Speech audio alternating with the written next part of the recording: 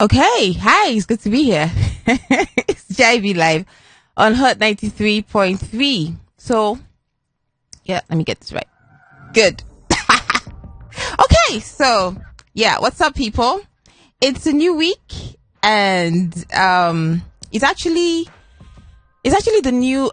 new day for a new session. The third term for secondary school kids started today.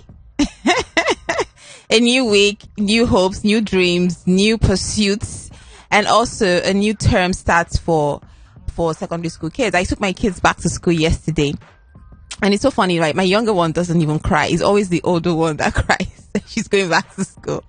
So I want to just give out a shout out to parents. Shout out to parents who'll be paying school fees this term. Yo, I don't know how we do it. I've been doing this for 11 years, yo. And this money is cray. What I do is I don't even think about it. I try not to, because living is expensive. Middle class is really expensive. So I don't like to think about the money, because I think it would drive me crazy if I sit down and think about how much I spend in a day, in a week, in a month for myself and for my kids. Because, the idea is to aspire to premium lifestyle. So it's expensive, but yeah, we have to do what we have to do as parents. And so I'm giving out a shout out to all the good parents, the responsible parents out there doing what they need to do to make sure that, their loved ones live a good life. All right. So, I'm just going to take the day to give you the motivation. I think everyone needs the motivation, paying all the school fees and all that. So, or even starting the week. Mondays is always that day that people go like, we don't like Mondays, but I actually don't have a problem with Mondays. I actually do like Mondays. I don't really fancy Fridays. Maybe because I'm not exactly a social animal. I don't really fancy Fridays per se. I like work, I'm probably the kind of person where they would write on her tomb that, she loved work. She loved work so much, and she died happy doing the job that she liked doing. I'm that kind of a person. So we're going to spend the day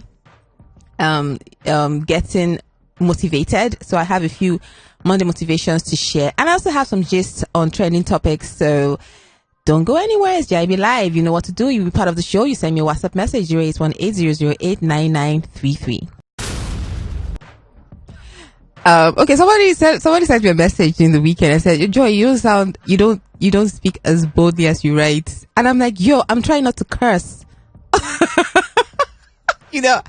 trying not to curse here, because you don't know how hard this is, being on radio. I'm just trying not to curse, because every sentence I would normally make, there is always a curse. So, yo, you can't get it as bold as I would write, where I don't have any, nobody gets to censor me or anything. So you manage what you have, yeah? One love. Okay. So what do we have? Trending topics. Should we talk about Regina Daniels, or should we just move on? Because I think the part of it that really upset me was people going to her mother's page on Instagram to insult her, to call her a prostitute, and she's raising a prostitute. Oh, gosh, I don't understand those kind of things. It's just wrong. What you guys are doing, it's wrong. She is an adult. Regina is an adult. She has a right to do anything. If you're so worried about the girl child, in quotes, because that is the pretension we try to put all of this, not minding your business. If you are so worried about the girl child, there's so many young children, 5-year-olds getting raped in their family members, uncles and fathers. They are children that can't eat. Just go through your traffic and you see 7-year-olds selling plantain, selling granuts. Children at 13 are getting married in certain parts of the country. We know of the young boy who was starved in a certain part of the country because they said he had witchcraft, and it took a white woman to come and save his life. We know of so many other stories. I read one last week where they took the child. Oh Lord, the parents, his own parents, took him to a place where they said if they have to insert something in his anus and he dies, that means he's a witch. And they did it. So of course he'll die because he inserted something like, we have all of these stories, and nobody's fighting for these children. If you care so much about young people, why don't you go fight for the people who really, really need help, and leave adults to make the decisions that they want to make for themselves? We're just so pretentious. It's so hypocritical. It's so annoying. You keep going on about this love thing. Do you know how many do you want us to talk about domestic violence and how many people get married under the umbrella of love and still people lose their lives in it? You don't get, this is a social construct. You don't get to tell people what they should look out for when they want to get married. It's just not in your position. And I always say that when Nigerians fight polygamy, I just laugh. You guys are so pretentious that, like, what are you doing? You are fighting polygamy, your own culture. Please, let's just move on, because when I saw, you know how it is when you go to Instagram, before you know it, and you've been on one page, another page, and you just stumble on somebody like, how did I even get here? That was how I stumbled on her mother's page. And I was shocked to see what Nigerians are writing on that woman's page. As if she sold her child to a ritualist. Wow. Okay. Yes, I just need a minute to get over that, because it's just so upsetting that adult women cannot I think it's just jealousy sometimes. Like, is it that you want what she has? I don't get it. Are you offended by the amount of money she gets in this marriage, that you want to force her to marry for love? Who says everybody has to marry for whatever reason you think they have to marry for? Okay, so what else do we have here? So I saw a pastor praying for stagnant water to dry up in Egbeda. I saw it on Instablog. Pastor was praying. He was standing near the water and he was praying for the water to dry up. They said the water has been there for 4 years. Obviously, when it rains, the water would come, right? And that's why religion thrives in third world countries, because all you need to do is actually fix the road and the water will disappear. I think sometimes God just stays in heaven and just rolls his eyes like, yo, what are these people doing though? How do you pray? What's supposed to happen? It just dries up. No, it doesn't work that way. The thing is, the government is supposed to fix your roads. The local government is supposed to fix the roads. If things don't go well in a country, if you have bad roads, you can't pray over all of these things. You can't pray over bad poor education. You can't pray over poor health facilities. You can't pray over these things, especially when you are in Africa. You have resources, you have good weather, you don't suffer hurricane, you don't suffer the winter, you don't suffer the things that the people, the first world countries suffer. You have good weather, just the sun and the rain at Hamatan. You have all the resources in your disposal to be great, and you refuse to be great. How does that concern God though? How does that concern God? So that's my major problem with religion. The things we focus on a lot in third world countries are things that other people in other countries take for granted. And it's just we're just wasting our time, just focusing on these things that can't exactly develop us. Okay, I have messages here on WhatsApp. Idem says, I just hope that Regina, her mother, and every other Nigerian who dares to be different doesn't concern themselves with what these plebeians are saying. They are totally not worth it. Thank you, Idem. I have here, I enjoy listening to, thank you. Okay, so that's it. I think it's really, we spend too much time praying for things that we should take for granted if we had good governance to deal with these things. So maybe we should, instead of spending that much time praying over water, because you needed to see him, he was really serious. It looked like a mental disease, so for you to spend that much time praying over water that will obviously not disappear because you're praying, we could start to demand more from the government, the local government, state government, whoever is responsible for ensuring that these roads are kept and things are going right, because God is just not going to come down from heaven, to fix us. So I'm looking at the Success. Remember Success? Yeah, the little girl who her mother couldn't pay her school fees, and then she was talking about they should flog her instead of driving her to school. I'm on her Instagram page, and she has 36 followers already. And I mean, the page obviously shows her as an ambassador of some sorts, where she goes to different shows, AY show, different places. She's done her photo shoots. She has her hair done. Her mother is, and it's interesting. I'm happy for her. It's just a drop in the ocean, but it's one person's success story. And we see all these people giving her money, from government officials to religious leaders to celebrities, giving her money. And yeah, so things are working for her. She also has a manager at this point. Her mother looks fresh. But that's the problem with us. So you've picked out this person, and for publicity's sake, you are giving her all these little gifts that probably she doesn't even understand, because she needs to be educated. And they say she also came first, which is great. But I am very sure the school that she goes to is still in that sorry state that we saw when this entire story started. These type of schools have no roof. They have no tables, no chairs. The blackboards they probably write on the wall. It is rid of everything that makes a student comfortable to learn. I am very certain that school is still in that bad state. Nothing has been done to that school. And so many kids that this story should have changed will remain the same. Everything remains the same. Except her, which of course wouldn't even last for too long, because we know how these things go.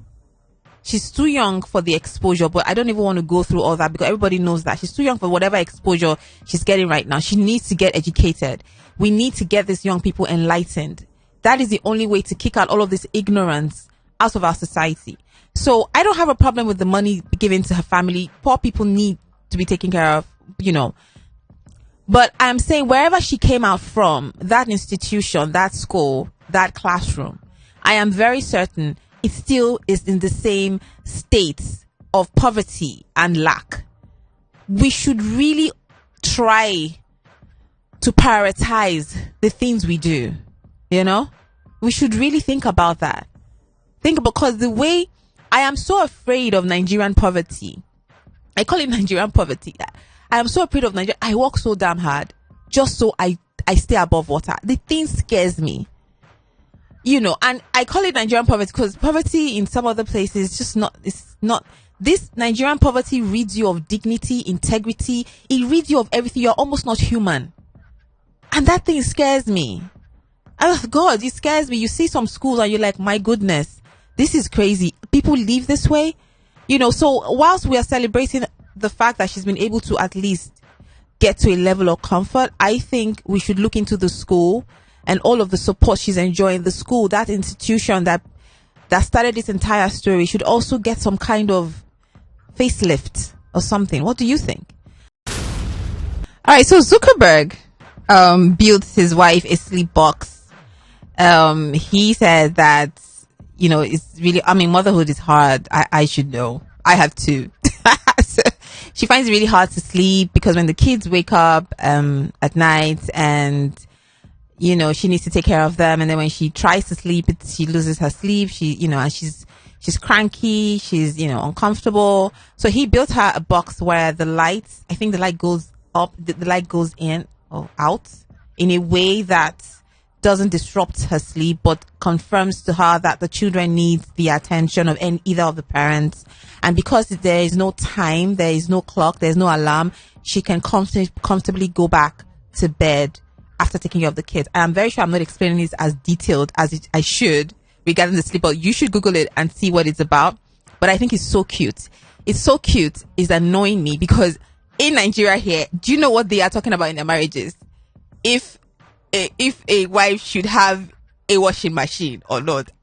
I kid you not. That is the conversation I read on social media before coming on air in 2019, where people are building sleep boxes for their wives so they don't lose. They're not very aware of time and they can still go back to bed and sleep after taking care of their young ones. In Nigeria here, I was talking about whether a woman should have washing machine or not. And you guys say I shouldn't take my kids out of this country. Sometimes the dynamics of this thing really upsets me. I have children and I always have to use my kids because they are the ones I know. And whenever I look at a young child, I see the face of my kids. I just see their faces there. That is the reality of a mother or a parent. So my children, for instance, and I've shared this story before, like they are always number one in class, always. I took them in the middle of a term to another school and they still came first. Now I'm wondering so I have these brilliant children, right? Because they come from a very brilliant mother, right? And then they're going to grow up and you're going to tell me some average person is going to determine to them whether, number one, they should drive a car, they should use a washing machine, or they should go get a PhD because they are married. this family or culture or person. How does that even make sense? How does that? Why are we even discussing washing machine in 29? Shouldn't it just naturally be something that should be part of your household, the household items you have? You know, and this is supposed to be, you know, they say I spend too much time talking about marriages, so I'm not going to go too far into this. But when I saw that sleep box, it was so cute and so annoying because it reminds me of our own reality here, where in 2019, adults are discussing whether another adult, because of an institution, should get a washing machine or not. People still use their hands to wash in 2019. You guys play too much. I have two baba next. All right, so I was supposed to share motivational quotes today, this Monday, to, you know, to inspire, especially parents, because it's a new term and we're paying a lot of money to see our children through school. And I was just going to share some things and I've just spent the whole day talking about Nigerian and all of their issues. You know, so people always say, okay, Joy, this is your elitist show. Okay, let me break it down. Yeah. The aspiration is eventually for every woman in a third world country to get a washing machine. Yeah. Fine. We don't aspire. We shouldn't be having that kind of conversation whether or not to have it. That's the point I'm trying to make. So you guys, though, just elevate already. Okay, Ify, he's on WhatsApp. Hi, Ify. She says, I am no longer having friends. Before I come and scatter your marriage, just carry your cross that will give you the crown of glory when you die and return to heaven. That is a summary of my resolution on Nigerian wives and their married lives. The day my teenage daughter told me she may not find any worthy man in Nigeria, I had a Thanksgiving in my room. That is how far we have gotten. You know, it's scary because these conversations, I don't want my children to be having these conversations, yo. I don't want this is so elementary. Washing machine, no washing machine in 2019. When are we? No, Ghana has artificial intelligence already, guys. Come on. All right. I'm still going to share my quotes. I'm still going to share my quotes before I leave. Okay. So, yeah, we're still here. I am going to try to run down the quotes that I wanted to share today. And, you know, I got carried away with a lot of the trending topics. I'll just quickly run through before I end the day. Don't sweat the small stuff. I mean, we all know that, right? And when I say the small stuff, don't sweat the 10 naira the conductor is owing you. Don't sweat the fact that somebody called you something that you didn't like. Don't sweat things that are not that important. Save your energy for the real fight of life. Yeah. Never sacrifice three things: your family, your heart, and your dignity. And you do know that family, you get to decide who family is. Okay. So people who look out for you, that's family. And your heart is very precious. The thing about your heart, and why we always talk about the heart, is if your heart is broken or in a bad state, it just kind of messes with your overall outlook to life and what you should achieve. So protect your heart, and your dignity is key. I know that one is just Latin in Nigeria, but your dignity is very, very important. Become addicted to constant, never-ending self-improvement. Read, and never stop reading. And reading is not just textbook anymore. It's Google, it's websites, it's checking out so many sites that resonate with what you represent in this life. Life begins at the end of your comfort zone. Be adventurous. You have just one life. I can never understand people who are afraid of just letting go. I just can't understand it. I don't understand how boring that kind of a life would be. Like, I can do just about anything I want to do. And I think that is just what life should be. That's what life should be about. You have the power to choose happiness. It's in your power. Nobody gets to take it away from you, and nobody can claim to give it to you. You decide, no matter where you are in life, wherever position you are, if you really want to be happy, you will find happiness wherever you are. Also, show up. That's it. Just always show up. It's Monday. Show up. Wherever you need to be, show up. Your success starts by you showing up. It's hard to beat a person who never gives up. I mean, how are you going to win somebody who is always going to be there, trying to win, trying to go at it again? Be that person. Just never, ever, ever give up. Beware that the detours in your life don't turn to destinations. And I'm going to spend like 2 minutes to talk about this. I just round the show. Now, this is very key, right? There's certain people that come into our lives and they are there for a reason and there for a season. But because we're human beings and we're very insecure and very afraid, we want to turn them into the full story. We want them to continue being.